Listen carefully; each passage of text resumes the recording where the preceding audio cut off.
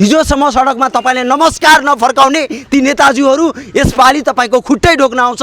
अझै पनि सतर्क हुनु भएन भने यो देशको अवस्था यो ट्रकभन्दा कम हुने छैन। तपाईँहरूले 17,000 मान्छे मारेर परिवर्तन ल्याउँछु भन्नुभएको थियो, के परिवर्तन आयो देशमा? मलाई लाग्छ आज भाइ जसरी तपाईँ यो माइक समाउनु भएको छ र प्रश्न गरिराख्नु भएको छ, यो त्यसको योगदान हो। जनयुद्ध भएकोमा तपाईँ पनि गर्व गर्नुहोस्, किनभने आज तपाईँभित्र जागेको स्वाभिमान त्यही जनयुद्धले हो। सामाजिक विकास मन्त्रीको हैसियतमा मैले आफ्नो प्रदेशमा 3वटा युनिभर्सिटी मधेस स्वास्थ्य विज्ञान प्रतिष्ठान बनाएँ। त्यसपछि म कृषि विश्वविद्यालय त भन्नुहुन्छ शैलेन्द्र शाहजी कि मैले बनाइदिएको छु। अब ठिक छ, अब सबैको सहयोगले हुन्छ त्यो म भन्दैन। तपाईँ आफ्नो 5 वर्षको कार्यकालमा आफ्नो कामबाट तपाईँ सन्तुष्ट हुनुहुन्छ? जनता कतिको सन्तुष्ट छ? मलाई लाग्छ मेरो जनता पनि सन्तुष्ट छ। हल्का पनि विश्वास छैन नेताप्रति, किनभने मान्छेलाई यो राम्रो राम्रो कुराहरू भनेर मान्छेलाई ठग्ने काम मात्र गरिरहेछ। हजुर, अहिलेसम्म ठग्ने काम मात्र भइरहेछ। मेरो जुन सेवा छ दिन रात म खट्दै रहन्छु, सुबह 7 बजेदेखि 11 बजे रातसम्म। ध्यान आकर्षण गराउन चाहन्छु, डाक्टर सीके राउत जनमत पार्टीको एउटा वैज्ञानिक हो। जनमत पार्टीको वैज्ञानिक होइन, उहाँ अध्यक्ष हो। जनमत पार्टीको अध्यक्ष हुनुहुन्छ। स्वतन्त्र व्यक्ति 48 मा जितेको थिएन, 64 मा जितेको थिएन, 70 मा जितेको थिएन, 74 मा जितेको थिएन। अहिले पनि छिटफुट हो। अहिले पनि एउटा बालेन शाह जिते, हर्क साङपाङ जिते। यो 2-4 वटालाई तपाईँले यत्रो प्रचार गर्नुहुन्छ, त्योभन्दा तल को जित्या छ? वडामा तिनै दल जित्या छ, उपप्रमुखमा तिनै दल जित्या छ। ल्याइदिएको गणतन्त्र बनाइदिएको संविधान अन्तर्गत बालेनहरू हर्कहरू जन्मिएका हुन्। हामी त्यसमा गर्व गर्छौँ। प्रतिनिधि सभामा लडिरहँदा तपाईँकै पार्टीबाट डाक्टर सूर्यनारायण यादव हुनुहुन्छ नि। गठबन्धनमा उसैले टिकट पाउँछ जो तपाईँको एमालेको उम्मेदवारलाई हराउन सक्छ। चुनावमा कति खर्च हुन्छ चुनावमा? मेरो खर्च हुँदैन, मेरो त खर्च जनताको घरमा खाने पनि जनताबाट हो। जनताले भाषणमा मात्रै हुन्छ होइन, मेरो एकदम क्लियर छ। तपाईँहरू भोट माग्न जाँदा जुन 5 वर्षमा जानुहुन्छ नि भोट माग्न, के मुद्दा लिएर जानुहुन्छ? कुन मुखले जान्छन् नेताहरू? त्यो म अचम्मित हुन्छु सर। यस्तो हो कि अब सबै नेताको आफ्नो कुराहरू हुन्छ। सर्वेको लागि ठुला त्यो सिन्दुर र नागरिकताका कुरा गर्ने ती रघुवीर महासेठ जस्ताहरूले पनि मन्त्री भएका थिए। त्यसले सर्वे गराउन र यी कार्यक्रम ल्याउन आँट गरेका थिएनन्। बेटी पढाओ बेटी बचाओ अभियानमा भ्रष्टाचार भएको छ कि छैन? मलाई लाग्दैन कि हाम्रो मुख्यमन्त्रीले भ्रष्टाचार गरेको होला। हामीहरूको मामा काका नाना दादा कोही पनि अख्तियारमा छैन। हामीलाई के विश्वास छ भनेदेखि हाम्रो मध्य प्रदेशमा सबैभन्दा कम्ती भ्रष्टाचार भएको होला। अखनी तक अपने सबके गांव ठाउँ में कोनो परिवर्तन एले कि नहीं? अखन 4 आना आयल ये 4 आना, जेना कि पहले थाल में लड़ैत रहिए, अखन थाल में नहीं लड़ै छियै। ततेटा बात देशमा त आफैमा गुड फुडको राजनीति छ नि। एकतिर तपाईहरु असोज दिनलाई कालो दिन बनाउनुहुन्छ, तपाईहरुको पार्टीले फेरि सेतो दिन बनाउँछ, कसैले रातो दिन बनाउँछ। यो के भइरहेछ? होइन, संविधान दिवसलाई चाहिँ कालो दिवस बनाउनुहुन्छ भने किन मन्त्री बन्नु पर्यो? छोडिदिनु पर्यो नि मन्त्री। होइन, किन छोड्ने? पैसा पर भोट देबे? अपन मत कतिले बेच्बे? हम छाती पर हात राखेको हो। एकदम छाती कोही जनम ने लेलकेको टका खुरु लेन बे कोन नेताको हम मधेस आन्दोलनले संविधानमा संहिता लेख्न लगाए। सीके राउतले के गरे भाइ? उपेन्द्र यादवको मधेस विद्रोहदेखि उहाँ जनयुद्धमा पनि सामेल हुनुभएको थियो। त्योभन्दा अगाडि पनि उहाँ कम्युनिस्ट आन्दोलनमै लाग्नु भएको हो। उहाँप्रति मेरो उच्च सम्मान छ र उहाँ जहाँ चुनाव लड्नुहुन्छ त्यो ठाउँमा पार्टीले मलाई जे निर्देशन दिन्छ, सहयोग गर्न निर्देशन दियो भने म निशर्त सहयोग गर्न तयार छु। अशोक कुमार मण्डल र उमेश यादवलाई उपेन्द्र यादवले जिताइदिएको थियो। यार एउटा कुरा के भनौँ नि, तपाईको त योगदान थियो नि यो जिल्लामा, तपाईको योगदान छ। म एउटा कुरा मधेसीको राजनीति मुद्दा उठाउने कुनै पनि नेतै छैन अहिलेसम्म। सबै आफ्नो पेट पाल्ने र आफ्नो घर परिवारको पेट पाल्ने मात्रै हो। डाक्टर सूर्यनारायण यादव त के सांसद थिएन? एको बेर आयल कि नै भेटेला? नहीं दर्शकबिन आज हामी जुन ट्रकमा बसिरहेका थियौँ यो ट्रक हेरेर अचम्मित नमान्नु होला। यो ट्रकको अवस्था जस्तो भए पनि कुनै समय यो ट्रकले चाहिँ यो देश निर्माणको लागि आफ्नो ठुलै योगदान दिएको पक्कै पनि हुनसक्छ। आज यो ट्रकको अवस्था हेरेर सजिलै हामी अनुमान गर्न सक्छौँ कि यो हाम्रो देशको अवस्था कस्तो होला। यो ट्रकलाई हेरिसकेपछि मलाई मेरो देशको अवस्था भन्नु परेन, हाम्रा महामहिम आदरणीय नेताजीहरूले यसरी नै हाम्रो देशको अवस्था बनाइसकेको छ। हिजोसम्म यो ट्रकले निकै विकास निर्माणको कार्यदेखि लिएर देश विकासमा आफ्नो केही न केही योगदानहरू दिएको छ होला। तर आज यो ट्रकको अवस्था हेर्नु, न त स्टेरिङ छ, न गियर, न ब्रेक, न त टायर छ। यो एउटा कवाडीमा बेच्ने अवस्थामा पुगिसकेको छ। अब कवाडीले पनि यसलाई किन्छ कि किन्दैन। दर्शकबिन आज हामी यो ट्रकको विषयमा रिपोर्टिङ गर्न आएका छैनौँ, हामी हाम्रो देशको अवस्थाको बारेमा रिपोर्टिङ गर्न आएका छौँ। यो ट्रकको अवस्था हामी बाटोमा गइरहँदा यो ट्रक भेट्यौँ। ट्रक भेटेपछि खुल्दुली लाग्यो र केही शब्दहरू यहाँहरूको अगाडि राखिदिउँ भनेर लाग्यो। चुनावको मिति घोषणा भइसकेको छ। अब विभिन्न पार्टीका झन्डाहरू बोकेर महामहिमहरू तपाईँको घर दैलोमा आउनेछ। 5 वर्षसम्म आफ्नो अनुहार नदेखाएका ती नेताजीहरू उम्मेदवार बनेर कसैले आफूलाई तपाईँको छोरा भन्छ, कसैले आफूलाई तपाईँको भतिजो भन्छ, कसैले आफूलाई भाइ भन्छ। विभिन्न बहानामा रिलेसन जोड्छ, सम्बन्ध जोडेर चाचाजी प्रणाम म उम्मेदवार हो, चाचीजी प्रणाम म उम्मेदवार हो, आमा बुवा नै भन्छन्। विभिन्न सम्बन्धहरू जोड्छन्। हिजोसम्म सडकमा तपाईँले नमस्कार नफर्काउने ती नेताजीहरू यसपालि तपाईँको खुट्टै ढोक्न आउँछ। अझै पनि सतर्क हुनु भएन भने यो देशको अवस्था यो ट्रकभन्दा कम हुने छैन। जनता अझै पनि जागरुक भएन भने हामी यसरी चिच्याएर केही परिवर्तन आउनेवाला छैन। परिवर्तन गर्नु छ भने तपाईँहरू अब यो ट्रक बनाउने आफ्नो देशलाई कि साँच्ची नै विकास निर्माणको फर्को लिने हो, यो निर्णय अब तपाईँको एक मतले हुनेछ। चुनावको बेलामा तपाईँहरूले एउटा शब्द सुन्नुभएको होला, मौन अवधि। मौन अवधि भनेको कुनै कार्यक्रम गर्न मिल्दैन, कहीँ पनि केही बोल्न मिल्दैन, तर त्यो मौन अवधिमा पैसा बोल्ता है। त्यति बेला पैसाको ठुलो चलखेल हुन्छ। हामी जनताले भन्छौँ नेताहरूले भोट किन्छ। साँच्ची नै नेताहरूले भोट किन्छ, किनभने तपाईँहरू भोट बेच्नुहुन्छ। तपाईँहरू भोट बेच्न छोडिदिनुहोस्, नेताहरूको किन्ने हैसियत हुँदैन, औकात हुँदैन। आज हेर्नुहोस् यो ट्रकको अवस्था हेरेर जिउका तिउँ लाग्छ। जसरी यो ट्रकको अवस्था छ, साँच्ची नै फेरि ती भ्रष्ट दलाल नेताहरूलाई तपाईँहरू जिताउनु भयो भने यो देशको अवस्था यो ट्रकभन्दा कम हुने छैन। हामी यसरी बोलिरहेका छौँ, यो चर्को घाममा बोलिरहँदा पनि हामीलाई टार्गेट गर्छन्। विभिन्न बहानामा हामी टार्गेट हुन्छौँ, तर हामी तपाईँहरूको जुन 5 वर्षको पीडा छ, तपाईँहरूले भोगेका समस्याहरू छ, त्यो समस्याहरू नभुल्नु होला। अब चुनाव आइसकेको छ, सही मूल्याङ्कन गर्नुहोला। ती माननीय मन्त्रीज्यूहरू बनेकाहरूलाई ठिक पार्ने बेला आइसकेको छ। अबको दिनमा, अबको निर्वाचनमा यदि सही निर्णय लिन सक्नु भएन भने तपाईँको सन्ततिले 5 वर्ष मात्रै होइन 25 वर्ष तपाईँलाई धिक्कार्ने छ। मात्रै नेतालाई दोष दिएर हुँदैन, नेतालाई मात्रै गाली गरेर केही पनि हुनेवाला छैन। परिवर्तन चाहिन्छ भने जनता पनि त्यति नै जिम्मेवार हुनुपर्छ। रिपोर्टिङको क्रममा हामी भेटाएका छौँ माओवादी केन्द्रका पोलिट ब्युरो सदस्य तथा पूर्व सांसद अमर मण्डलज्यू। साँच्ची नै नेताहरू करोडौँको चिल्लो गाडीमा बसेर सवारी चलाउँछन्, उहाँहरूको लावा लस्कर हुन्छन्, तर एकजना पूर्व सांसद हामीलाई यो बाइकमा भेटेका छन्। स्वागत छ यहाँलाई, खुसी लाग्यो। धन्यवाद। तपाईँ बाइकमा कहाँ जाँदै हुनुहुन्थ्यो? म राजवीर एउटा कार्यक्रम छ, त्यो कार्यक्रममा हिँडेको घरबाट। प्रायः तपाईँ हेर्छु यो बाइक आफै कुदाउनुहुन्छ, पदमा हुँदा पनि यही बाइकमा कुद्नुहुन्थ्यो। गाडीहरू लावा लस्करहरू हुन्थेन, किन?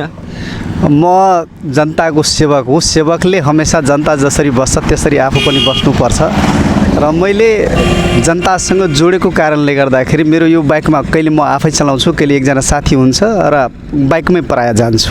नेताहरू जुन चिल्लो गाडीमा चढ्छन् नि, एसीवाला गाडी, करोडको गाडीहरू, उहाँहरूलाई के भन्न चाहनुहुन्छ?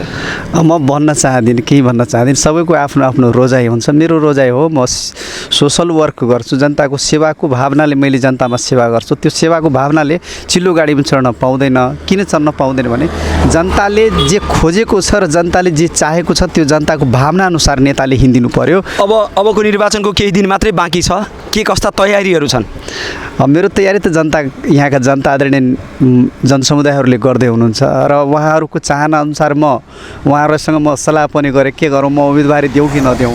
उहाँले भन्नुभयो तपाईँलाई हराएर मैले धेरै दुःखी पाएँ र मैले दुःख भोगेँ विकास निर्माणका काजहरू र हाम्रो क्षेत्र निर्वाचन क्षेत्रको कामहरू थियो त्यो काम अहिलेसम्म सदनमा पनि राख्न कसैले सकेन। हाम्रो सांसद जित्यो। सप्तरी क्षेत्र नम्बर 1 को सांसद हुनुहुन्छ डाक्टर सूर्यनारायण यादवज्यू।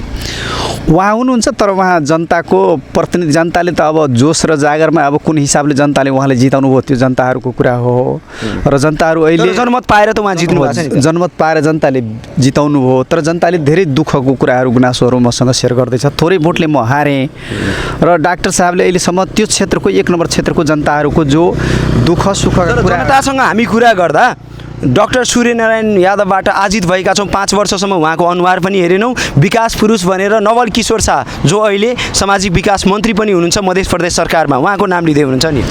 उहाँ पनि काम गरेकै हो। अब नवल किशोरजी पनि काम गरेको, उहाँ पनि अब प्रदेशका मन्त्री हुनुहुन्छ र मैले छोटो समयमा जति विकास गरेर रोडहरू बनाएँ मलाई लाग्छ त्यहाँका आम जनताहरूसँग तपाईँ सोध्नुहुन्छ यही सडकमा आउनुहुन्छ भने यो तोपाभन्दा अलि अगाडि छ एउटा पुल त्यो नहरमा बनाएको त्यो मैले मेरै पालम बनाएको छ। तोपामा भनेको चुनावमा कति खर्च हुन्छ चुनावमा? मेरो खर्च हुँदैन। मेरो त खर्च जनताको घरमा खाने पनि जनताबाट हो। जनताले भाषणमा मात्रै हुन्छ होइन। मेरो एकदम क्लियर छ। मेरो भाषा होइन। खास गरी तराई मधेसमा हामीले हेरेका छौँ। दर्शकबिनमा जानकारी गरौँ। जातिवादको राजनीति हुन्छ, पुँजीवादको राजनीति हुन्छ, हो कि होइन? त्यो जातिवादको राजनीति अलिअलि छ तर मेरो लागि मेरो विचारमा मेरो जनतासँग जुन जनतासँग हाम्रो सहकार्य छ जुन जनतासँग हामी बस्छौँ उहाँहरूले न कहिले मलाई जातिवादको नारा लगाएको छौँ र न मैले सर्वहारा वर्ग उत्पीडित वर्ग जो कमाएर खाने वर्ग छ जो निमुखा वर्ग छ त्यसको आवाज उठाइदिने र उहाँले चाहेको चाहना अनुसार हामीले आफ्ना मुद्दाहरूलाई उठाइदिने। तपाईहरू भोट माग्न जाँदा जुन 5 वर्षमा जानुहुन्छ नि भोट माग्न के मुद्दा लिएर जानुहुन्छ कुन मुखले जान्छन् नेताहरू त्यो म अचम्मित हुन्छु सर। यस्तो हो कि अब सबै नेताको आफ्नो कुराहरू हुन्छ। यहाँ मेरो निर्वाचन क्षेत्रमा 71 नम्बर निर्वाचन क्षेत्रमा धेरै कुराहरूको कमी छ। अहिले भौतिक संरचनाका कुराहरू विकास निर्माणका कामहरू भएको छैन। उत्पीडित समुदायहरू छ त्यो उत्पीडित समुदायहरूलाई मुक्ति दिने कुनै कुनै ठाउँमा अहिले पनि घरेलु हिंसा छ। चेतनामूलक कार्यक्रमहरू भएको छैन। नेताहरू जसरी अमर मण्डलजी एउटा कुरा सोध्छु है तपाईँको पार्टीमा तपाईँको उमेश यादवज्यू उहाँ सिँचाइ मन्त्रीज्यू एउटै पार्टीबाट हुनुहुन्छ तपाईँहरूको विवाद टुङ्गो लाग्यो? होइन विवादको कुरो मुख्य होइन। मुख्य रूपमा पार्टीमै द्वन्द्व छ होइन। पार्टीमा हाम्रो जिल्लामा केही कुराहरू केही समस्याहरू छ त्यो समस्याहरू बसेर छलफल गरौँला हुन्छ तर खासै जसरी बाहिर तपाईँले लाग्दैन तपाईँको अमर मण्डलज्यू र उमेश यादवजीको कारण माओवादी केन्द्र कमजोर भएको हो यो 70 जिल्लामा? मेरो कारण त होइन अरू के कारण होला त्यो पार्टीले बुझ्ने कुरा हो तर मेरो कारण होइन। मैले जति विवादको होइन मैले जतिसम्म पार्टीको योगदान गरेको छु र आजदेखि 2053 सालमा 2054 सालमा 2000 या 62-63 आन्दोलन पछि अमर मण्डललाई मान्छेले जसरी हेरिया छ त्यसरी नै आज पनि हेरिया छ। मेरो रूप पनि चेन्ज भएको छैन, मेरो व्यवहार पनि चेन्ज भएको छैन, मेरो विचार पनि चेन्ज भएको छैन। जसरी गठबन्धनबाट यसपालि टिकट पाउने कुरा छ नि के छ गठबन्धनले तपाईँलाई विश्वास गर्छ कि नवल किशोर शाहजीलाई कि डाक्टर सूर्यनारायण यादवलाई? गठबन्धन भनेको पार्टीको हो। अब अहिले जो केन्द्रीय पोलिटिक्स अनुसार जसरी केन्द्रमा जो कुराकानी चलिरहेको छ त्यो हिसाबले के भएछ भने अब एउटा नर्म्स तयारी गरेको छ जसले जो ठाउँबाट जितेको छ त्यसलाई दिने त्यसरी दिने कुरो चलिया छ तर हाम्रो पार्टीको पनि दावा छ त्यो संसदीय निर्वाचन क्षेत्र नम्बर 1 मा थोरै भोटले म पराजित। यदि तपाईँ टिकट पाउनु भएन भने तपाईँको समर्थन कसलाई हुन्छ? मेरो समर्थन मेरो पार्टीले जे निर्णय गर्छ त्यो निर्णय अनुसार म हिँड्ने मान्छे हुँ। पार्टीको निर्णय अनुसारले हुन्छ। एउटा कुरा जनताले भनिरहेका छन् राजनीतिकलाई व्यापार बनाइदिएका छन्। राजनीति के हो? राजनीति भनेको सेवा हो। सेवामूलक हुन्छ राजनीति। राजनीति व्यापार होइन। तर बनिएको छ केही मान्छेहरू आएर चिजहरू बर्बाद गरेका छ बिगाडेको छ अब त्यो हिसाबले मान्छेले यसलाई व्यापार ठान्या हो तर मूल रूपमा जनताको सेवा गर्ने जनताले जब चुनाव जनताको सेवा जनताले जब भोट दिएर चुनाव जिताउँछ भने त्यतिखेर ऊ आफ्नो जनताले सेवा गर्ने नोकर खोज्छ तर यहाँ नोकर नभएर शासक भइहाल्छ। त्यो शासकले गर्दाखेरि अहिले राजनीतिमा अलिकति कस्तो न कस्तो अवस्थाहरू सृजना भइरहेको छ। कुर्सीमा बसेपछि सबै शासक हुन्छ कुर्सीबाट ओर्लेपछि तपाईँ जस्तै कुराहरू हुन्छ होइन। मेरो त्यस्तो छैन धारणा। अरू साथीहरूको के होला म भन्न सक्दिनँ अरू राजनीतिक दलका नेताहरूले भन्न सक्दिनँ तर मेरो के हो भने म कुर्सीमा थिएँ त्यतिखेर पनि सेवक भनेर कुरा गरेँ। एउटा आरोप लाग्छ तपाईँमाथि एउटा आरोप पटक पटक निर्वाचनको बेलामा लाग्छ अमर मण्डलजी मण्डलहरूको नेता हुन्छ। होइन यो मण्डलको नेता कि सबै यो गलत कुरा हो। मण्डलहरूको नेता म होइन, म सर्वहारा आम उत्पीडित जनताको नेता हुँ। आम जनताको सेवाको उद्देश्यले म लाग्छु। अब आरोप लगाउने मान्छेहरू धेरै छ। यहाँ मण्डलको जनसङ्ख्या कति छ र? कुन मण्डलले के पाएको छ र? होइन अल्पसङ्ख्यक अहिले अल्पसङ्ख्यकको हिसाबले मण्डल पनि अल्पसङ्ख्यकमा आउँछ, बहुसङ्ख्यक होइन मण्डल। बहुसङ्ख्यक कुन जात छ यहाँ सप्तरी जिल्लामा त्यो तपाईँले हेर्ने र आम पब्लिकले हेर्ने कुरा हो। तर मेरो विचारमा मलाई कसैले, म दावा गर्छु, मलाई कसैले आरोप लगाउन सक्दैन मण्डलवाद गरेछ या जातिवाद गर्छ भनेर। नेताहरू जुन चुनावको बेलामा भोट माग्न आउँछ, जुन आश्वासनहरू दिन्छन्, जुन आशा र सपना देखाउँछन्, कति विश्वास छ नेताहरूमाथि? यो सप्तरी जिल्ला भनेको एक हल्का पनि विश्वास छैन नेताप्रति, किनभने मान्छेलाई यो राम्रो राम्रो कुराहरू भनेर मान्छेलाई ठग्ने काम मात्र गरिरहेछ। हजुर, अहिलेसम्म ठग्ने काम मात्र भइरहेछ, यो बाहेक केही गर्दैन। यो सप्तरी जिल्लाको अब विकास भनेको रोडहरू हेर्नु तपाईँले, अब स्कुलहरू, अब सबै थोक स्वास्थ्य चौकी अब हेर्नु, केही पनि भएको छैन सप्तरी जिल्लामा। मान्छेले उता ऊ बलवाटारमा बसेर भाषण दिने र त्यो संसद भवनमा भाषण दिने काम मात्र गर्छ र बलवाटार र संसद भवनमा टेबल ठोक्ने बाहेक केही काम गरेन। केही काम गर्दैन, सिर्फ कुरा ऊ। तपाईँहरू पनि त दोषी हो नि त, त्यही नेतालाई त तपाईँहरू जिताउनुहुन्छ। त्यही त, जनता पनि अब त्यस्तै छ। अब त्यो मासु र यो के भन्छ रक्सीको यो कारणले पुरै भोट बिगारेर हजुर बेचिरहेछ। मासु र पैसामा भोट बेचिरहेछ जनता। यसमा त जनता पनि दोषी हो है? दोषी हो। जनता जागरुक भयो भने यो गाउँ ठाउँको जस्तो अब काठमाडौँमा अहिले जनता भनेको अब हेराउनु भएको छ आफ्नो पावर। जस्तो बालेन शाहलाई जिताएर अब हेर्नु कति राम्रो काम भइरहेछ। अब हजुर जनता पनि काठमाडौँ र यो धरान जस्तो हुनु पर्यो। कुनै पनि नेताले राम्रो काम गर्यो अथवा नराम्रो काम गर्यो, गाली खाने अधिकार र गाली दिने अधिकार जनताकै। जनताले जहिले पनि नेतालाई गाली मात्रै गरेको हामी सुनेको हुन्छौँ। विभिन्न ठाउँमा रिपोर्टिङ गर्दा फलाना नेता कस्तो, त्यो नेता त खत्तम, त्यो नेता त यस्तो, त्यो पार्टी उस्तो भनेर जनताले व्यापक गुनासो गरिरहेका हुन्छन्। के साँच्ची नै नेता मात्रै दोषी हुन् त, कि त्यसमा जनता पनि दोषी छन्? नेतालाई गाली गर्ने जनता कति जागरुक छन्? जनताले कस्ता नेता चुनिरहेका छन्? यो पनि एउटा महत्त्वपूर्ण विषय हो। 5 वर्षसम्म जनता सुखी हुने कि जनताले दुःख भोग्ने कि जनता पीडामा छन्, यो निर्णय पनि जनताकै हातमा हुन्छन्। यसै विषयहरूमा केन्द्रित रहेर आज हामी दिनभरि जनताको प्रतिक्रिया लिएका छौँ। यसै क्रममा हामीसँग हुनुहुन्छ मध्य प्रदेशका चर्चित लोकप्रिय नेता नवल किशोर शाहजी। उहाँ सामाजिक विकास मन्त्री पनि हुनुहुन्छ। उहाँसँग आज हामी छोटो समय लिएका छौँ। स्वागत छ मन्त्रीज्यू। धन्यवाद। निर्वाचनको मिति तय भइसकेको छ, के कस्तो तयारी हुँदैछ? यसपालि यस्तो छ, निर्वाचन 4 गतेदेखि हो। म अघि प्रदेश सभामा लडेको थिएँ, तर यसपालि म प्रदेश सभामा लड्दैन। किनभनेदेखि 5 साल मन्त्री भएर मैले जति भोगेको छु, जति गरेको छु, त्योबाट म आफूलाई सन्तुष्ट भएको छु। किनभनेदेखि जति मेरोबाट मेरो जनताले आशा गरेको थियो, मलाई लाग्छ म त्यो आशालाई अवश्य नै पुरा गरेको छु। किनभनेदेखि सामाजिक विकास मन्त्रीको हैसियतमा मैले आफ्नो प्रदेशमा 3वटा युनिभर्सिटी, तपाईको मध्य प्रदेश नाउँ नहुँदाखेरि नै मैले मध्य स्वास्थ्य विज्ञान प्रतिष्ठान बनाएँ। त्यसपछि म कृषि विश्वविद्यालय सप्तरीमा उद्घाटन गरेँ र त्यसपछि कृषि विश्वविद्यालय त भन्नुहुन्छ शैलेन्द्र शाहजी कि मैले बनाइदिएको छु? अब ठिक छ, अब सबैको सहयोगले हुन्छ त्यो म भन्दैन, तर सामाजिक विकास मन्त्रीको हैसियतले विश्वविद्यालय बनाउने कर्तव्य धर्म मेरो थियो। मैले त्यो धर्म निर्वाह गरेको र अहिले पनि सामाजिक विकास मन्त्रीको हैसियतले म युनिभर्सिटीको संरक्षक छु। युनिभर्सिटीको कृषि विश्वविद्यालयको सहकुलपतिको हैसियतले मैले काम गर्दैछु। तपाईँ आफ्नो 5 वर्षको कार्यकालमा आफ्नो कामबाट तपाईँ सन्तुष्ट हुनुहुन्छ? जनता कतिको सन्तुष्ट छ? मलाई लाग्छ मेरो जनता पनि सन्तुष्ट छ।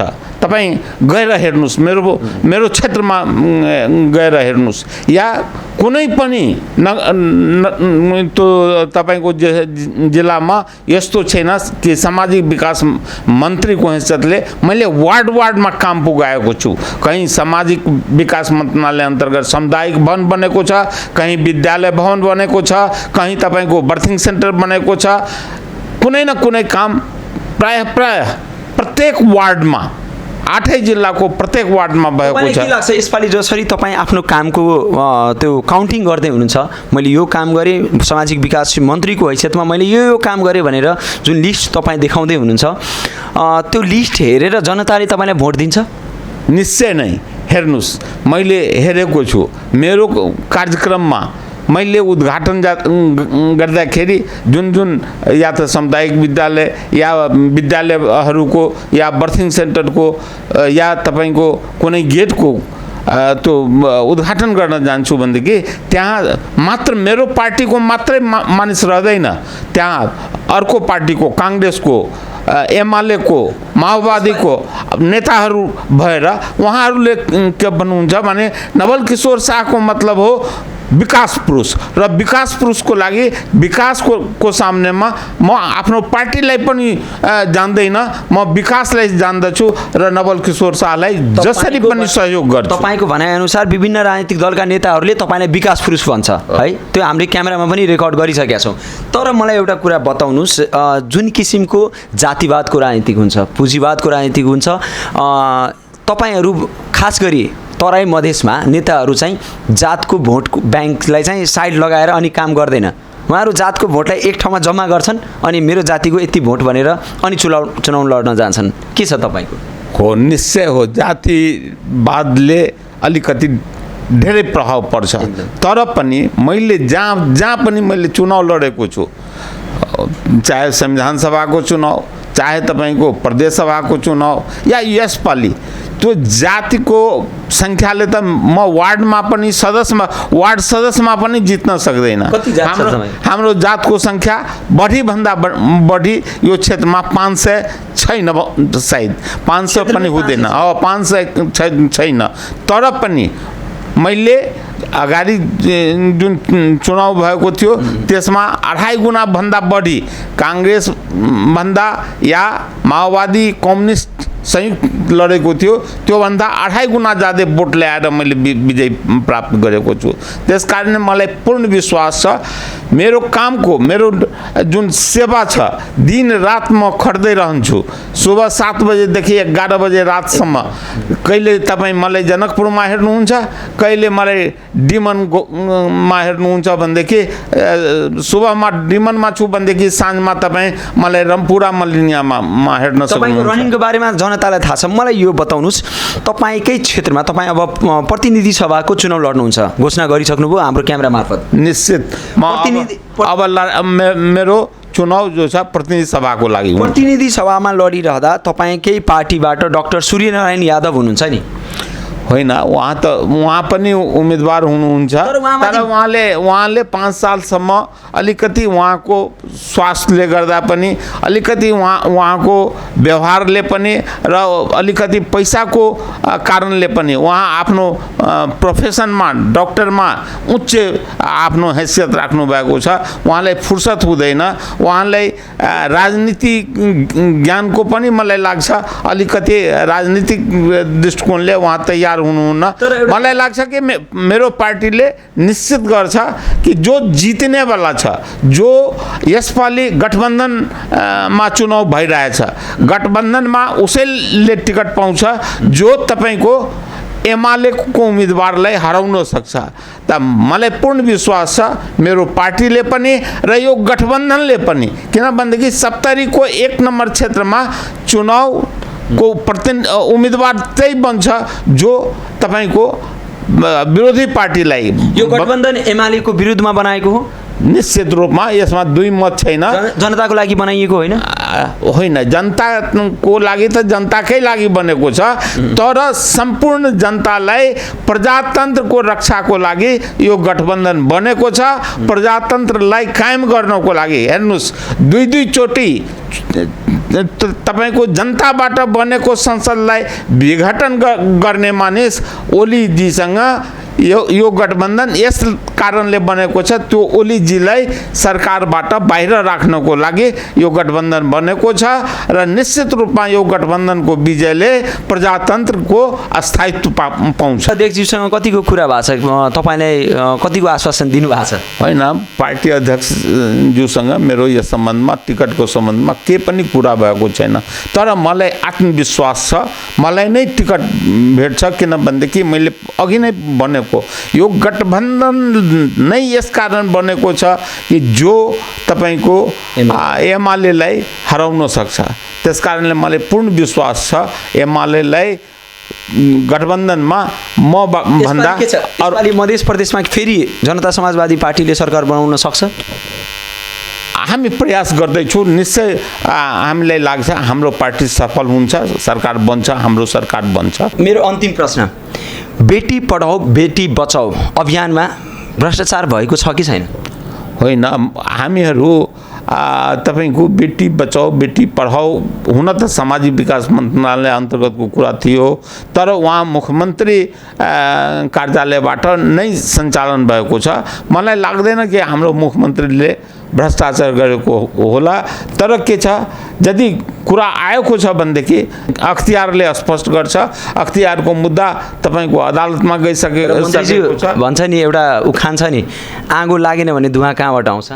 होइन, यस्तो कुरा होइन, मधेस हो यो। मधेसमा के छ सुन्नुहोस् मेरो भनाइ, हामीहरूको मामा काका नाना दादा कोही पनि अख्तियारमा छैन। त्यसै कारणले डरले पनि मधेसीले डरले पनि त्यो भ्रष्टाचार गर्न सक्दैन। हामीलाई के विश्वास छ भनेदेखि हाम्रो मध्य प्रदेशमा सबैभन्दा कम्ती भ्रष्टाचार भएको होला। योभन्दा अर्को ठाउँमा किन भनेदेखि अख्तियारका हाकिम, अख्तियारका अधिकृतहरू, अधिकारका कर्मचारीहरू प्रायः मधेसको छँदै छैन। त्यस कारणले मधेसमा मधेस सरकारमा तर तपाईँले भन्दै हुनुहुन्छ अख्तियार या कुनै पनि निकायमा प्राय एउटा दोष लाग्छ कि मधेसका व्यक्तिहरू मधेस समुदायबाट नेतृत्वपन्थीमा छैनन् तपाईँको भनाइ। तर पुलिसमै हामीले हेर्छौँ प्रहरीकै तालिम भइरहँदा सबैभन्दा बढी तालिमबाट भाग्ने मधेसी नै हुन्छ, पहाडी भाग्दैनन्। होइन, यसको के कारण छ भनेदेखि मधेसीले 300 वर्षदेखि पछाडि परेको यो मधेसी समुदाय हो। यो मधेसी समुदाय माथि अति अत्याचार पनि भएकै हो। तपाईँको राणाकाल होस्, पञ्चायती व्यवस्था होस्, त्यस कारणले त्यो मधेसीलाई त्यो ट्रेनिङ दिने मान्छे मधेसी हुँदैन। मधेसीलाई ट्रेनिङ को दिन्छ अर्को जातको मान्छे। त्यस कारणले सुन्नुहोस्, त्यसमा पक्षपात हुन्छ। त्यो मधेसीलाई भगाउँछ, मधेसी भाग्दैन, मधेसीलाई भगाउँछ। त्यस कारणले यस्तो कुरा होइन कि मधेसी पुलिसमा जान सक्दैन, सेनामा जान सक्दैन। तपाईँ हेर्नुहोस् त इन्डियामा के इन्डियामा मधेसी होइन? हाम्रै दाजुभाइ त्यहाँ सेनामा हुँदैन कि इन्डियाको सेना कमजोर छ, इन्डियाको पुलिस काम गर्दैन? तर के छ भनेदेखि पक्षपात अन्य समुदायबाट हुन्छ। त्यसै कारणले मधेसीलाई भगाउँछ, मधेसी भाग्दैन। भगाए मधेसमा त आफैमा गुटफुटको राजनीति छ नि। एकतिर तपाईँहरू असोज दिनलाई कालो दिन बनाउनुहुन्छ, तपाईँहरूको पार्टीले फेरि सेतो दिन बनाउँछ, कसैले रातो दिन बनाउँछ। यो के भइरहेछ? होइन, यस्तो होइन। अब पार्टीको त आफ्नो आफ्नो यो सिद्धान्त हुन्छ। जब संविधानमा त्रुटि छ भने त्यही संविधानलाई साक्षी राखेर तपाईँहरू शपथ लिनुहुन्छ, मन्त्री बन्नुहुन्छ, सांसद बन्नुहुन्छ, प्रदेश सांसद बन्नुहुन्छ, अनि फेरि असोज दिन कालो दिन। जनतालाई कति झुक्याउने? हेर्नुहोस्, यस सम्बन्धमा जो छ म एकदम जनताको लागि यो कालै दिन हो। किनभनेदेखि यो संविधान ठिक बन्नुभयो, यही संविधानको अन्तर्गत हामीले कसम पनि खाएको।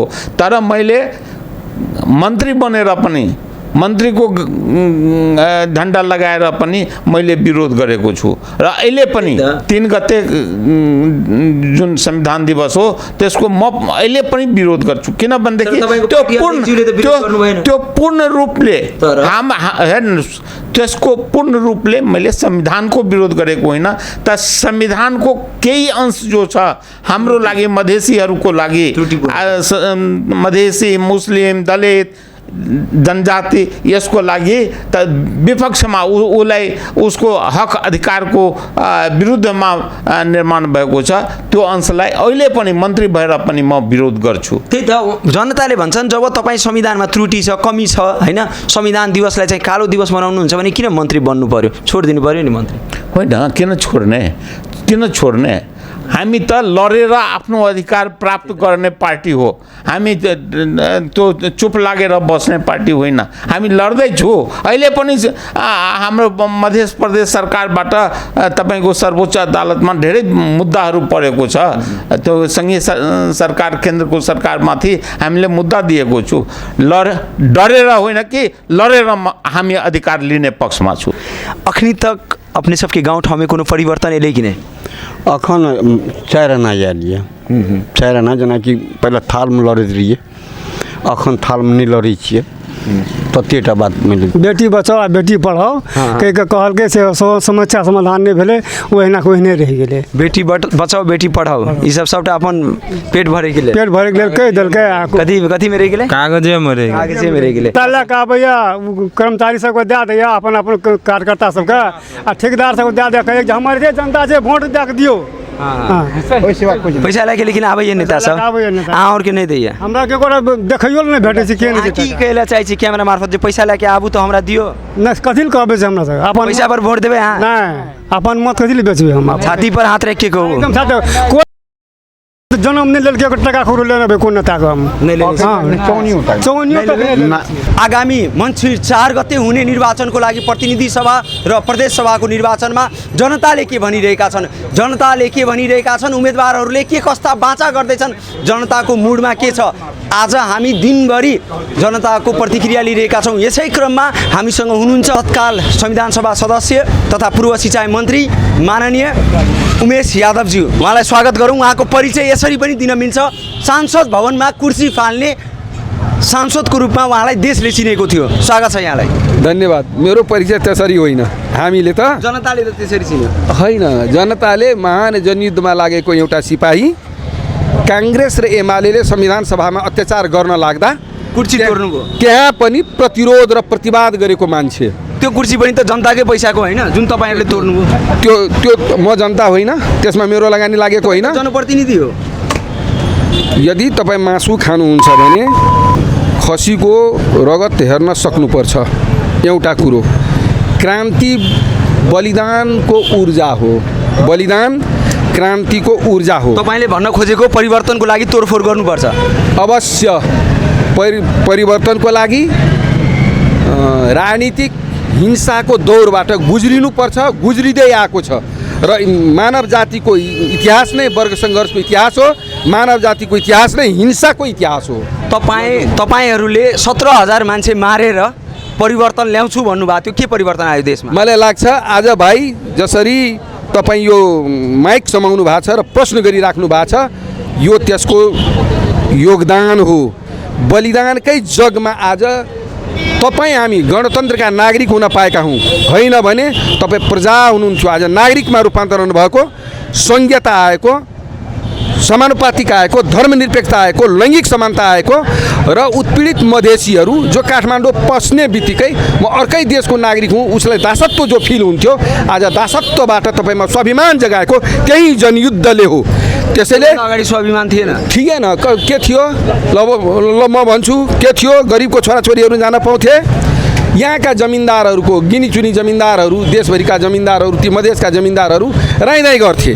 भनिसकेपछि जनताका अधिकार सीमित व्यक्तिको हातमा, सीमित जातिको हातमा रहेको अधिकारलाई जनताको बिचमा पुर्याउने काम, जागरण ल्याइदिने काम, आफ्नो अधिकारको लागि सङ्गठित हुने र आन्दोलित हुने काम महान जनयुद्धले गरेको हो। र जनयुद्धलाई यो 17,000 मारेको होइन। यसरी के बुझ्नुहोस् भने नि, महान जनयुद्धको क्रममा राज्यले बरु 12,000 भन्दा बढी राज्यले मारेको हो। 12,000 भन्दा बढी। त्यसको हत्यारा को हो? त्यो अर्थमा के बुझौँ भने नि, राज्य सत्ता परिवर्तनको लागि, जनताको राज्य ल्याउनको लागि हामीले महान जनयुद्ध गरेका हौँ। र जनयुद्ध भएकोमा तपाईँ पनि गर्व गर्नुहोस्, किनभने आज तपाईँभित्र जागेको स्वाभिमान त्यही जनयुद्धले हो। मलाई एउटा कुरा बताउनुहोस्, जनता नेताबाट किन आजित भएका छन्? नेताको काम कारबाहीले जनतामा निराशा छाएको छ। जुन आशा अपेक्षा परिवर्तनको सपना देखेको थियो त्यो सपना पुरा हुन सकेन। नेताहरूले स्वार्थ पुरा गर्ने बाहेक केही परिवर्तन ल्याएन भनेर स्वतन्त्र व्यक्तिहरूलाई चुनाव जिताइरहेको अवस्था छ। यसमा यहाँको प्रतिक्रिया के हो? तपाईँहरूले यही प्रश्नै जुन गलत तरिकाले गर्नुभयो। स्वतन्त्र व्यक्ति 48मा जितेको थिएन, 64मा जितेको थिएन, 70मा जितेको थिएन, 74मा जितेको थिएन। अहिले पनि छिटफुट हो। अहिले पनि एउटा बालेन शाह जिते, हक साङपाङ जिते। यो 2-4वटालाई तपाईँले यत्रो प्रचार गर्नुहुन्छ। त्योभन्दा तल को जित्या छ? वडामा तिनै दल जित्या छ, उपप्रमुखमा तिनै दल जित्या छ होइन। तिनै दलको सहाराले र तिनै दलहरूले लडाइँ लडेर ल्याइदिएको गणतन्त्र, बनाइदिएको संविधान अन्तर्गत बालेनहरू हकहरू जन्मिएका हुन्। हामी त्यसमा गर्व गर्छौँ। अर्को कुरो राजनीतिक दलबाट, मल्टी पार्टी सिस्टमबाट, यो रिपब्लिकबाट जनता आजित भएको छैन। ख्याल गर्नु होला। हो, हामीले जसरी राज्य सत्ताको आमूल परिवर्तन गर्न खोजेका थियौँ, हामीले सेनामा परिवर्तन गर्न सकेनौँ। राज्य सत्ताका निजामती क्षेत्रलाई परिवर्तन गर्न सकेनौँ। अदालतको पुनर्संरचना भएन। भनिसकेपछि हामीले के बुझ्नुपर्छ भने नि राज्य सत्ताको आमूल परिवर्तन भएन, अर्थात् महान जनयुद्धले पुरै जितेन भइसकेपछि हामीले सोचेको अनुसार सम्पूर्ण रूपले संविधान बनाउन सकेनौँ। त्यस अर्थमा जनताको इच्छा अपेक्षा आकाङ्क्षा एकातिर छ। हाम्रो साधन स्रोत र स्थिति, हाम्रो देशको भूपरिवेष्टित अवस्थाहरू र यहाँका राज्य संयन्त्रका सुस्त गतिहरूले हामी एउटा समस्यामा छौँ र जनताले चाहे अनुसार रिजल्ट दिन अलि सकिराखेका छैनौँ। दोस्रो, यो संसारमा पुँजीपतिहरूले 2000 मान्छेको साथमा 5 अरब मान्छे बराबरको सम्पत्ति छ। ख्याल गर्नुहोस् है, 2 अरब बराबर मान्छेको साथमा 5 अरब मान्छे बराबर सम्पत्ति छ। आज सोभियत सत्ताको विघटनपछि सीमित व्यक्तिको हातमा देशको संसारको अर्थतन्त्र गएको छ भने नेपालको यो खुल्ला बजार भन्दै बजारको वर्चस्वले 100 मान्छेको हातमा, नेपालका 100 व्यापारीहरूको हातमा देशको कुल अर्थतन्त्र कब्जामा छ। त्यो अर्थमा हामीले चाहे अनुसार तपाईसँग म देशको अवस्थाको बारेमा होइन, तपाईँकै क्षेत्रको अवस्थाको विषयमा केन्द्रित रहेर केही प्रश्न गर्छु। तपाईँ यो 2 नम्बर क्षेत्रबाट सांसद बन्नुभएको थियो, त्यति बेलाको 3 नम्बर, अहिलेको 2 नम्बर सांसद बन्नुभएको थियो। जनताको भोट पाएर मन्त्री बन्नुभयो। जनताले भनिरहेका छन् उहाँलाई हामी सांसद बनायौँ, मन्त्री बनायौँ, तर उहाँले मन्त्री पदमा गइसकेपछि यहाँका जनतालाई बिर्सिनु भयो। के छ? मलाई लाग्छ जनताले त्यो भनिराखेका छैन, जनताले होइन। तपाईहरू 2-4 जना त्यस पत्रकारहरूले भन्ने कुरा बेग्लै हो। पत्रकार पनि जनताकै आवाज हो। म भन्छु, एउटा उमेश कुमार यादव संविधान सभाको सदस्यमा जनताले निर्वाचित गराइसकेपछि एक राजविराज विमानस्थल पहिले अवरुद्ध थियो, गाई भैँसीहरू चर्थ्यो, त्यहाँ एक गोचर थियो, अहिले त्यहाँ प्लेन उडिरहेको छ। कर सेवादाता केन्द्र कृष्णबहादुर महरा अर्थमन्त्री हुँदाकै बखतमा त्यो प्रक्रिया प्रारम्भ भयो र यहाँ छ। दोस्रो, राजविराज कुनौली सडक 2 लेनमा विस्तार भयो। यिनै राजविराज सदरमुकाममा 16 किलोमिटर सडक रिप्रोजेक्ट अन्तर्गत र अन्य भौतिक पूर्वाधार तथा शहरी विकास अन्तर्गत 14 किलोमिटर अर्थात् गर्दा 32 किलोमिटर हाराहारीको सडक यी बन्यो। राजविराजको बिरौल चौक हुँदै शिवथान, डुमरी, भरुवा, जली, फर्सेट, सिङयौन, सुन्नुहोस् बोरिया हुँदै यो चक्रपथको कुरो त्यति बेलादेखि आएको मात्र होइन, त्यो एउटा निर्माणको प्रक्रियामा गएको हो। खाँडो नदी नियन्त्रण आयोजना त्यति बेलै बनेको हो। यहाँ मौली होस्, खडग होस्, बलान नदी नियन्त्रणका कुरा त्यति बेलै भएको हो। सप्तरीले न्यून बजेट पाउँथ्यो मित्र, सप्तरीले न्यून बजेट पाउँथ्यो, तर सप्तरी म सिँचाइ मन्त्री भएको बखतमा नेपाल देशमा सबैभन्दा ठुलो बजेट 70मै ल्याउँदा त्यति बेलाका ठुला अक्षरमा केही पत्रिकाले गाली गर्दा कहाँ हुनुहुन्थ्यो? चत्रा ब्यारेज निर्माणका प्रक्रियाका कुरा कसैले किन बोल्न सकिरहेको थिएन? यही उमेश यादव हो, आफ्नै पालामा चत्रा ब्यारेज निर्माणको प्रक्रियालाई, त्यसको सर्वेको लागि प्रक्रियालाई अगाडि बढाएको हो। आज 100 अरबभन्दा बढी, कति मैले भने 100 अरबभन्दा बढी त्यसको डिपिआर तयार छ। भन्नुहोस् कसैलाई ठेक्का लगाउन।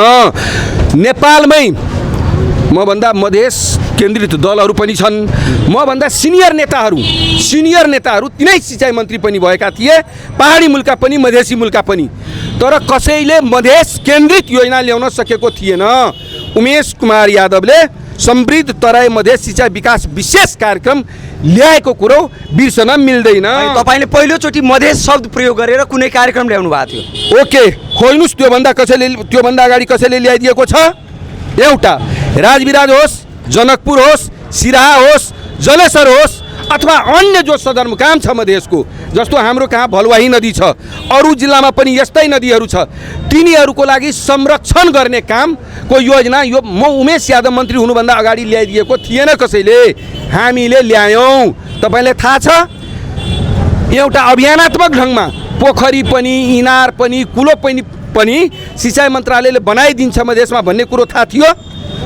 अर्को सुनकोशी मरिन डाइभर्सनलाई बजेट शीर्षकमा राख्ने काम मात्रै राख्ने काम होइन कि सुनकोशी कमला डाइभर्सनलाई कोशी हाई ड्याममा जो जोडिएको थियो त्यसको सर्वेको लागि ठुला त्यो सिन्दुर र नागरिकताका कुरा गर्ने ती रघुवीर महासेठ जस्ताहरूले पनि मन्त्री भएका थिए, त्यसले सर्वे गराउन र यी कार्यक्रम ल्याउन आँट गरेका थिएनन्। उमेश यादवले आफ्नो हामी मन्त्री भएकै बखतमा ल्याएका हौँ। म ग्रिन राजविराज के भयो? यो सडक पहिले कस्तो थियो भाइ, अहिले कस्तो छ होइन?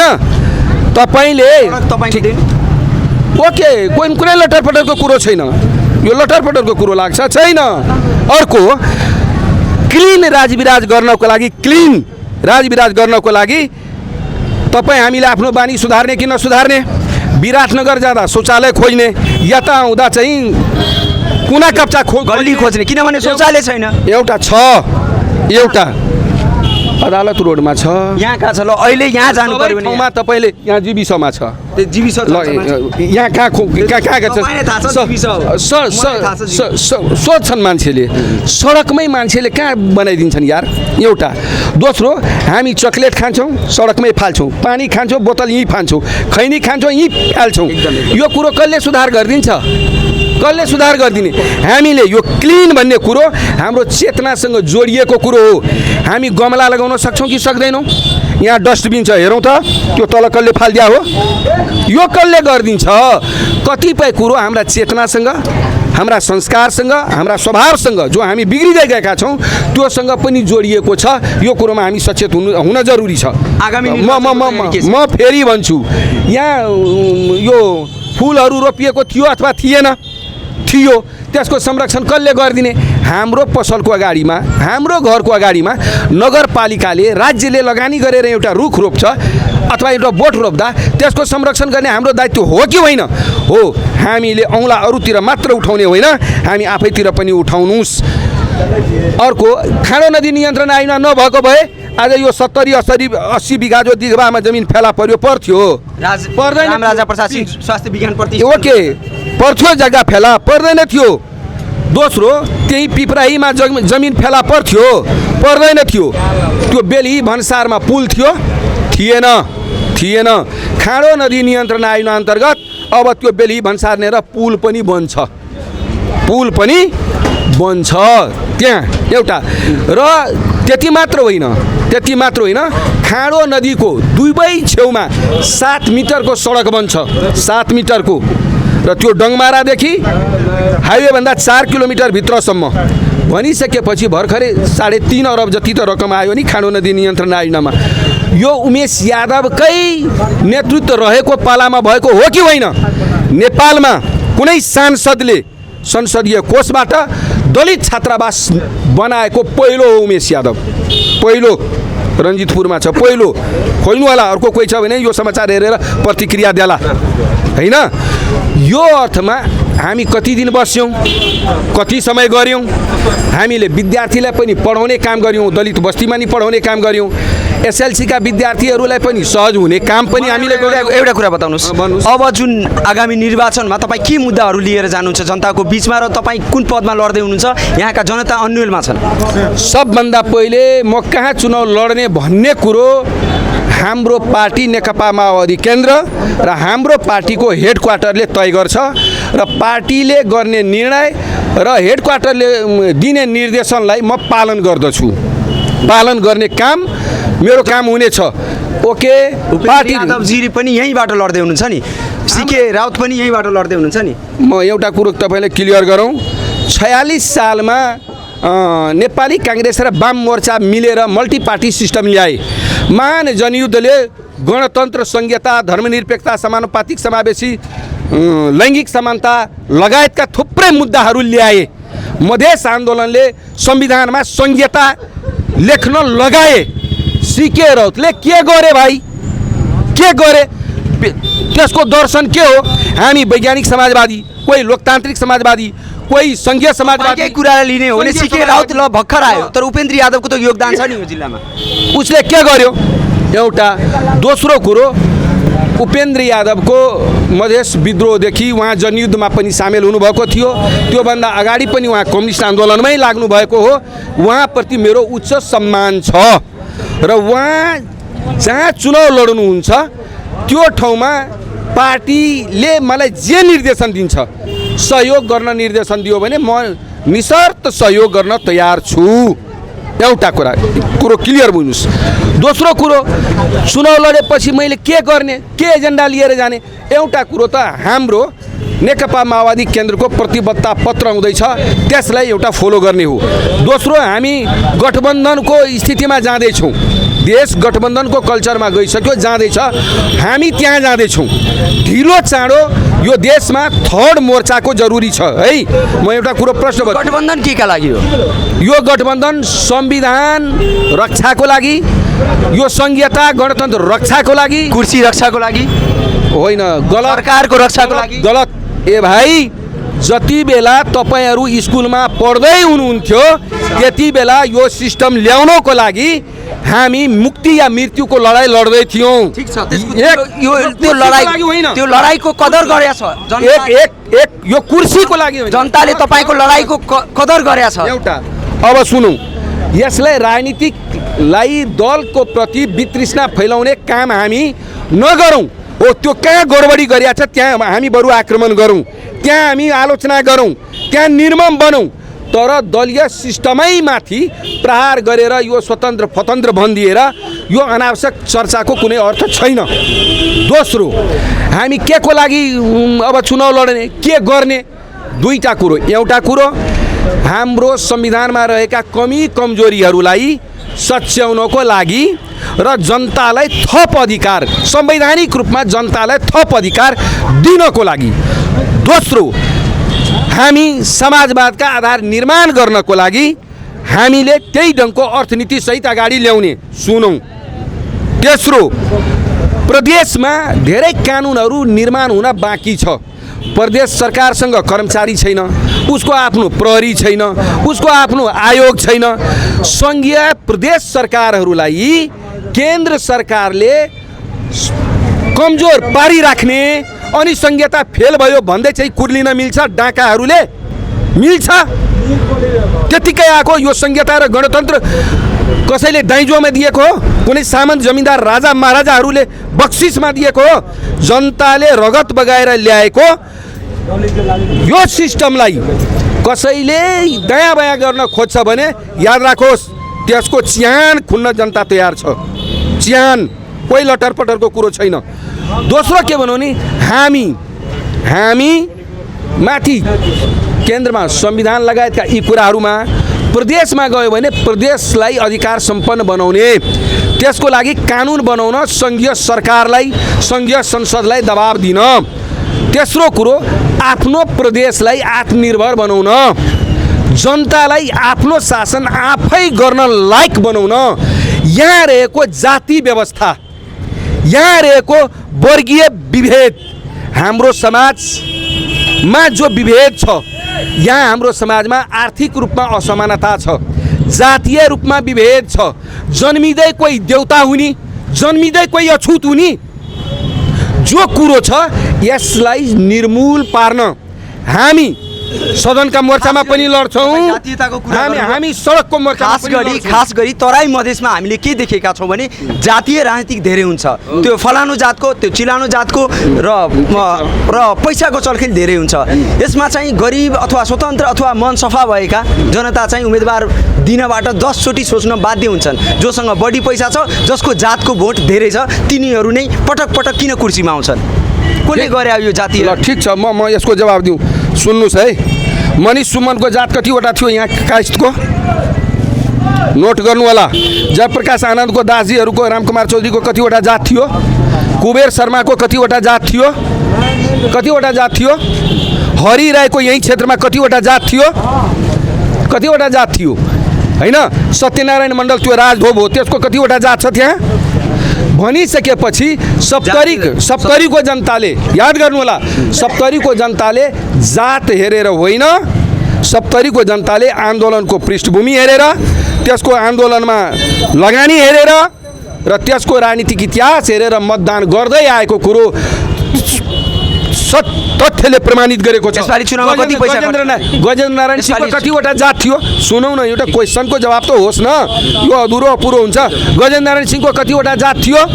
थिएन नि। त्यो अर्थमा यहाँ जातका कुरा नगरौँ। दोस्रो, पैसाले चुनाव मात्रै जितिने भए हैन। मनिष सुमनको बुवा कति धनी हो? मेरो बुवा कति धनी हो? म पनि चुनाव जितेको हो। महेश यादव यही चुनाव जितेको, उसको बुवा कति धनी हो? हरि राई पनि जितेको, अनि संसारी पनि जितेको। म त देख्दैछु गङ्गा चौधरी नै जितेको यही जिल्लामा, मानपुर चौधरी नै जितेको, अशोक कुमार मण्डल अमरनी यही जितेको हो। म के देखिराखेको छु भने नि, अत्यन्त गरिब र विपन्न घरबाट आएका, मध्यम वर्गीय परिवारबाट आएकाहरूले पनि चुनाव जितेको छ। तसर्थ सप्तरीको जनताले, उहाँले भनेको कुरा सही लाग्छ? अब 2-4% त उहाँले भनेको कुरा सही हो, ठीक हो। 100% जातीयता राजनीतिक भएको छ यहाँ सप्तरीमा। जातीयता राजनीतिक नै अहिलेसम्म भएको छ। फेर इलेक्सन कहिले पनि भएको छैन। हेर्नुभयो, सुन्नुभयो जनताको। अब उसलाई भन्नु, सोध्नुहोस् न, मनिष सुमनको जात कति थियो? हरि राईको कति थियो? कुबेर शर्मा, मनिष सुमन एउटा कुरो, कस्तो कुरो लहरको कुरो गर्नुहुन्छ? होइन, एउटा कुरा ल, हरि राईलाई कसले जिताइदिएको थियो? उपेन्द्र यादवले। कुबेर शर्मालाई उपेन्द्र यादवले जिताइदिएको थियो। सत्यनारायण मण्डललाई उपेन्द्र यादवले जिताइदिएको थियो। अशोक कुमार मण्डल र उमेश यादवलाई उपेन्द्र यादवले जिताइदिएको थियो। यार एउटा कुरा के भनौँ नि, तपाईँको त योगदान थियो नि यो जिल्लामा, तपाईँको योगदान। म एउटा कुरा, मधेसीको राजनीतिक मुद्दा उठाउने कुनै पनि नेतै छैन अहिलेसम्म। सबै आफ्नो पेट पाल्ने र आफ्नो घर परिवारको पेट पाल्ने मात्रै हो। तपाईँ यो जिल्लाको एकदमै लोकप्रिय नेताको रूपमा चिनिनुहुन्छ। तपाईँको लोकप्रियता बढ्यो कि घट्यो, के लाग्छ तपाईँलाई? त्यो कुरो जनताले फैसला गर्ने हो, मैले गर्ने होइन। र एउटा प्रश्नको म जवाब दिउँ। उहाँले कुरो राख्नुभयो, अरू राख्नुभयो। यो फ्रान्समा राज्य क्रान्ति भइसकेपछि त्यहाँ राजतन्त्र अन्त्य भयो, तर राजालाई पुज्ने केही मान्छेहरू जिउँदै थिए र अहिले पनि केही मान्छेहरू पुजिराखेका छन्। एउटा, भारतबाट अङ्ग्रेज लखेटिए तर अङ्ग्रेजको शासन ठिक छ भन्नेहरू केही मान्छे छँदै थिए र परिवर्तनलाई अस्वीकार गर्ने केही मान्छे छँदै थिए। यही देशमा राणा र राजाहरूको शासन अन्त्य हुँदा तिनीहरू पनि ठिक थिए भन्ने एकाध अपवाद त पाइन्छ नि जहाँ पनि। त्यो अपवादलाई सार्वभौम नभनौँ, पहिलो कुरो एउटा। अब मेरो लोकप्रियता बढेको छ या घटेको छ, यो कुरोको छिनोफानो आउने दिनको इलेक्सनले गर्छ। दोस्रो कुरो, मलाई के लाग्छ भने नि, हाम्रो पार्टीले, म यही क्षेत्रमा म चुनाव लडेको थिएँ। यो क्षेत्रमा 74 सालमा हाम्रो जनप्रतिनिधिको सङ्ख्या बढेको छ, मतको सङ्ख्या बढेको छ। त्यो अर्थमा हामी के हेर्छौँ भने 74मा हामी जे मत प्राप्त गरेका थियौँ, जति जनप्रतिनिधिको सङ्ख्या थियो, हाम्रो मत पनि बढ्यो, जनप्रतिनिधिको सङ्ख्या पनि बढ्यो। त्यो अर्थमा के लाग्छ भने नि, नेकपा माओवादी केन्द्रको लोकप्रियता बढेको छ। जाँदा जाँदै अन्तिममा हाम्रो क्यामेरा मार्फत यहाँका जनतालाई के भन्न चाहनुहुन्छ? हामी सबभन्दा पहिले सङ्घीय लोकतान्त्रिक गणतन्त्रमाथि नेकपा एमाले राप्रपा गठबन्धन दलका म अहिले कुरा गर्दिनँ, तर यहाँ धार्मिक नारा दिने केही कुतत्त्वहरू जो विभिन्न राजनीतिक दलमा छ चिनिराख्नु होला। तिनीहरूले सबभन्दा पहिले संहितामाथि, दोस्रो कुरोमा धर्मनिरपेक्षतामाथि, तेस्रो समानुपातिक र समावेशितामाथि प्रहार गर्न जाँदैछ। त्यसपछि तिनीहरूले ल्याउने भनेको फेरि त्यही मरेका राजतन्त्रलाई चोर बाटोबाट ल्याउन षड्यन्त्र गर्दैछ। तसर्थ सङ्घीय लोकतान्त्रिक गणतन्त्रलाई रक्षा गर्न, यो संविधानलाई रक्षा गर्दै यसमा परिमार्जन र संशोधन गर्नको लागि हामीले यो गठबन्धन अर्थात् परिवर्तनका संवाहकहरूलाई हामी आउने निर्वाचनमा मतदान गरेर जिताउँ, जसको नीति त्यसकै नेतृत्व आज यो देश नेकपा माओवादी केन्द्र र अध्यक्ष कमरेड प्रचण्डको नीतिको वरपर चलिरहेको छ। तसर्थ यसलाई हामीले गम्भीर ढङ्गले मनन गरौँ। दोस्रो, प्रचण्डजी त सरकारको वरपर चल्दैछ नि। प्रचण्डजी सरकारको वरपर चल्दै छैन कि यो देशको राजनीतिक, यो देशको परिवर्तन, यो देशको सरकार बरु अध्यक्ष कमरेड प्रचण्डको वरपर चल्दैछ। यसलाई यसरी बुझौँ। अध्यक्ष कमरेड प्रचण्डले बनाउनेलाई बनाउनुहुन्छ। त्यही त राजनीतिक भनेको सेवा भनेर भनिन्छ, तर व्यापार भइसक्यो नि। एउटा कुरो हो, यसलाई म कुन अर्थमा लिन्छु भने नि राजनीतिक प्रदूषित भइरहेको छ। राजनीतिकमा अलि व्यापारीकरण पनि भइरहेको छ। राजनीतिकमा जसको यो परिवर्तनलाई ल्याउन जसको कुनै योगदान छैन, the wearer knows where the shoe pinches भन्छ होइन। अनि त्यो अर्थमा जसलाई त्यसको कुनै अनुभूति छैन, तिनीहरू आर्थिक चलखेल गरेर टुप्पोमा पुग्न खोज्दैछ र केही अपवाद सिनहरू देखियो। एउटा त्यसलाई त्यो अपवादहरूलाई हामीले रोक्न सक्नुपर्छ। राजनीतिक दलहरूले पनि जनताको कोणबाट पनि हामी रोक्न सक्नुपर्छ र आउने चुनावमा एमाले जस्तो राप्रपा जस्तो घोर दक्षिणपन्थी पार्टीहरूलाई बाई बाई गरिदिनुपर्छ र यो संविधानको रक्षा गर्न, यो संविधानलाई संशोधन गर्दै जनताको पक्षमा ल्याउन र यो व्यवस्थालाई टिकाउँदै अगाडि बढाउन, समाजवादतिर डोर्याउने शक्तिहरूलाई चुनावमा जिताउन, देशैभरि चुनावमा जिताउनको लागि हामी अपिल गर्दछौँ। त्यसै अन्तर्गत त्यही मोर्चामा, त्यही अभियानमा म पनि सामेल छु। हस्, धन्यवाद। उमेशजीले जुन कुरा डाक्टर सिके राउतको के देन हो भनेर उमेशजीलाई म यहाँबाट म ध्यान आकर्षण गराउन चाहन्छु। डाक्टर सिके राउत जनमत पार्टीको एउटा वैज्ञानिक हो। जनमत पार्टीको वैज्ञानिक होइन, उहाँ अध्यक्ष हो। जनमत पार्टीको अध्यक्ष हुनुहुन्छ। यो युवा वैज्ञानिक हो। यो चाहिँ मधेसको किसानको मुद्दा उठा छ। अभी जो यहीं को मंत्री हैं, कृषि मंत्री मृगन सिंह यादव, एहिठाम के अहाँ के 3 नंबर क्षेत्र में अखनी 4000 बोरा खाद किनलकै। किसान के लिए कौन आवाज उठेलकै? जनता। जनमत पार्टी ये आवाज उठावे छे, राइट टू रिकॉल के बात कोई अखनी तक उठा नहीं रहल छे। जनमत पार्टी रोजगार के बात क्या रहल छे? सब पार्टी रोजगार के बात अखनी तक के सब नेता रोजगार के बात कहाँ? अभी तक कहाँ? खास गरी आज हामी सप्तरीमा छौँ र सप्तरीको विभिन्न ठाउँहरूबाट आज हामी दिनभरि रिपोर्टिङ गरेका छौँ। जनताले अब आजित भएर स्वतन्त्र व्यक्तिहरू रोज्न थालेका छन्, किनभने नेताहरूबाट निकै निराश छन्। नेताहरूले चुनावको बेलामा पटक पटक भाषण र आश्वासन दिने बाहेक अहिलेसम्म केही गरेका छैनन्। अझै पनि जागरुक जनता भएनन् भने यसरी नै 5 वर्षलाई होइन 25 वर्षलाई तपाईँको सन्ततिले तपाईँलाई धिक्कार्नेछ।